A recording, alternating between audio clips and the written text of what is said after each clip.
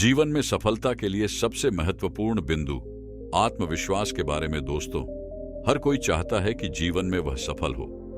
अपने कार्य क्षेत्र में मेहनत और काबिलियत का महत्वपूर्ण स्थान होता है, परंतु यदि हमारे अंदर आत्मविश्वास नहीं है तो हमारे द्वारा की गई मेहनत और हमारे काबिलियत का कोई बहुत ज्यादा महत्व नहीं रह जाता है, क्योंकि हमारे अंदर जो काबिलियत है वह बिना आत्मविश्वास के बाहर नहीं आ सकती। इसलिए व्यक्ति का आत्मविश्वास होना बहुत आवश्यक है। यदि व्यक्ति आत्मविश्वास होगा तो वह किसी भी क्षेत्र में सफल हो सकता है। इस वीडियो में हम आत्मविश्वास को तोड़ने वाली 5 प्रमुख तथा महत्वपूर्ण आदतों का जिक्र करेंगे जिनसे हमें बचाना चाहिए। एक सफल व्यक्ति के लिए आत्मविश्वास को तोड़ने वाली इन आदतों से हमेशा हमेशा बचना चाहिए। पहले आदत, दूसरों के साथ लगातार तुलना ना करें। जी हां दोस्तों, ज्यादातर सफलता के उत्साही व्यक्ति स्वयं के दूसरे लोगों के साथ तुलना करते रहते हैं। कई बार उन जैसी परफॉर्मेंस न दिखाने पर वह निराश हो जाते हैं, जिसका उस व्यक्ति के आत्मविश्वास पर गहरा आघात लगता है। इसलिए हमें चाहिए कि हम हर समय दूसरों के साथ अपनी तुलना ना करें। ईश्वर ने प्रत्येक व्यक्ति को एक अलग ही व्यक्तित्व में डाला है, क्योंकि कह सकते हैं कि प्रत्येक व्यक्ति अपने आप में अलग होता है। यदि एक कार्य कोई दूसरा व्यक्ति कर सकता है तो यह जरूरी नहीं है कि पहला व्यक्ति भी वही कार्य इस तरह कर सके। लगातार दूसरों के साथ तुलना करने से आत्मविश्वास कम हो सकता है। इसलिए व्यक्ति को लगातार दूसरों के साथ तुलना करने से बचना चाहिए। दूसरी आदत, असफलता को दिल पर लेना। यदि आप किसी प्रकार से किसी कार्य में पहली बार या दूसरी बार सफल नहीं भी होते हैं तो भी अपनी असफलता को दिल पर नहीं लेना चाहिए, क्योंकि यदि हम असफलता को दिल पर लेते हैं तो हमें मस्तिष्क में पॉजिटिव की जगह नेगेटिविटी ज्यादा आ जाती है। किसी नेगेटिविटी से बचने के लिए व्यक्ति को कभी भी असफल होने पर उसे दिल पर नहीं लेना चाहिए। इसलिए हमें शुरुआती असफलता को ज्यादा दिल पर नहीं लेना चाहिए। तीसरी आदत, खुद को नेगेटिव विचारधारा वाले लोगों से दूर रखना। हमारे आसपास नेगेटिव और पॉजिटिव दोनों प्रकार की विचारधारा वाले लोग रहते हैं। कुछ लोग ऐसे होते हैं जो हमारी असफलता को भी सफलता की ओर बढ़ने के लिए प्रेरित करते हैं, और कुछ ऐसे लोग भी होते हैं जो हमारी असफलता को बार बार भूलने का प्रयास करते हैं और हमें निराश करते हैं। ऐसे में नेगेटिव विचारधारा वाले लोगों से अपने आप को हमें सब बचना चाहिए, क्योंकि कहा भी गया है कि जैसा करोगे संग वैसा चढ़ेगा रंग। इसलिए हमें सफल लोगों का सौन करना चाहिए, या यूं कहे तो सफल लोगों के जीवन से प्रेरणा लेनी चाहिए, भले ही वह हमारा शत्रु ही क्यों ना हो। चौथी आदत, खुद पर दया करना।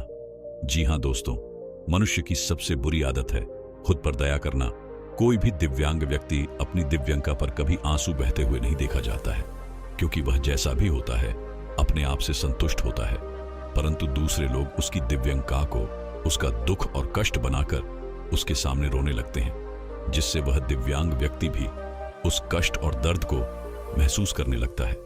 ठीक इसी प्रकार से यदि हमारे अंदर हमारी अत्यधिक मेहनत के बाद भी किसी प्रकार की असफलता होती है, और यदि हम उस असफलता के कारण अपने स्वयं पर दया करते हैं, तो इससे बड़ा स्वयं का शत्रु कोई और नहीं हो सकता है। इसलिए कभी भी स्वयं पर दया न करें। ऐसा करने से आपका अपने विश्वास न केवल बना रहेगा अपितु बढ़ेगा भी। पांचवी आदत, लगातार ज्यादा सोचना।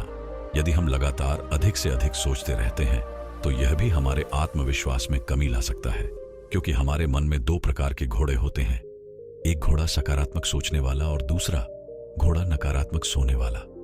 यदि हम लगातार सोचते रहते हैं तो कहीं ना कहीं हमारे मन में नकारात्मक सोने वाले घोड़े की पावर बढ़ती है। जिस घोड़े को ज्यादा पावर मिलेगी वही अपनी तरफ हमारे मन को खींच ले जाएगा। लगातार ज्यादा सोचने से नकारात्मकता की ओर हमारा मैन चला जाता है, जो कि हमारे आत्मविश्वास को कम कर सकता है।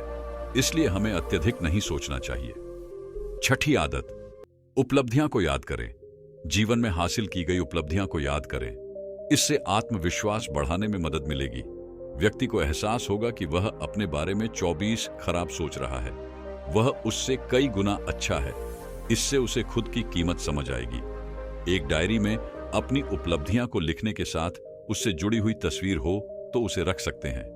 जब भी कॉन्फिडेंस लेवल कम लगे या महसूस हो कि हम कुछ नहीं कर सकते तो तुरंत डायरी देख लें। 7वीं आदत, गलतियां करने से न डालें। गलतियां करना कोई गुनाह नहीं, इसलिए गलतियां करने से घबराना नहीं चाहिए। जब व्यक्ति किसी काम को पहली बार करने की कोशिश करता है तो उसमें गलतियां होना स्वाभाविक है। इसी वजह से गलती करने से ना डालें, क्योंकि व्यक्ति गलती करके ही सकता है और आगे बढ़ता है। हाँ, एक बार हुई गलती को दोबारा ना दोहराएं, इससे आत्मविश्वास भी बढ़ेगा। 8वीं आदत, हमेशा गलतियों से सीखें।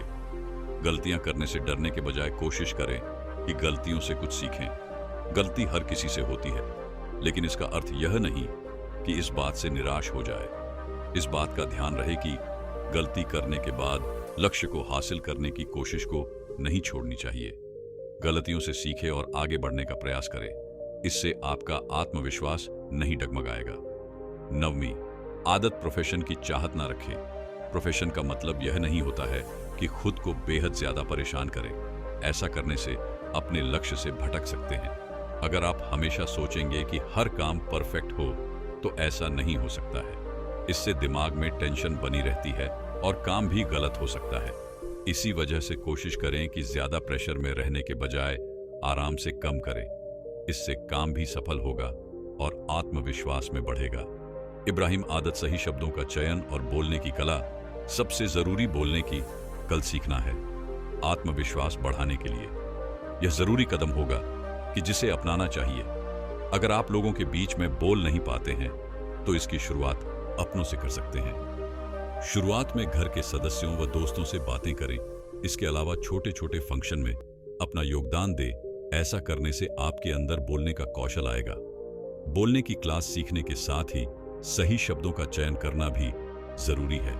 किस आत्मविश्वास बढ़ाने में मदद मिलेगी। दोस्तों, आज हमने आत्मविश्वास को कम करने वाली कुछ आदतों के बारे में चर्चा की है। दोस्तों, उम्मीद करता हूं कि इस प्रकार की आदतों में सुधार करके हम निश्चित रूप से सफलता की ओर जा सकते हैं। इस वीडियो में अंत तक बने रहने के लिए आपका बहुत बहुत धन्यवाद।